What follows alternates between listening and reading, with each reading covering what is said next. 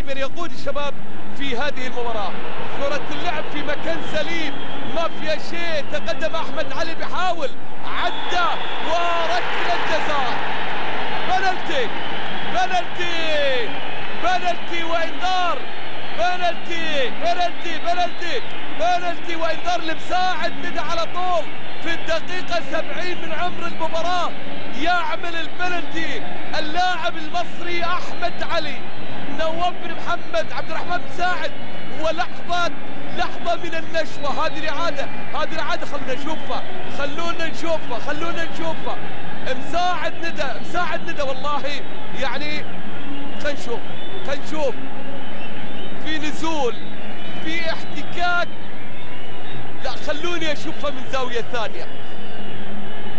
اللقطات الماضية حقيقة يعني لا تشير الى حالة من التعمد او العرقلة، ولكن على ما يبدو كان هناك احتكاك.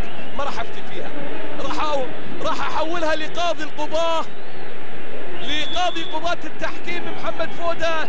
شلهوب تقدم، هوبا جول! محمد الشلهوب على طول بالركلة جزاء. يحظى الشلهوب بتحية وتقدير الأمير عبد الرحمن بن مساعد في الدقيقة 70 من زمن المباراة. على طول يعيد البسمة لسامي الجابر. شوف الإعادة، حطها في الزاوية اليسرى لمرمى وليد عبد الله.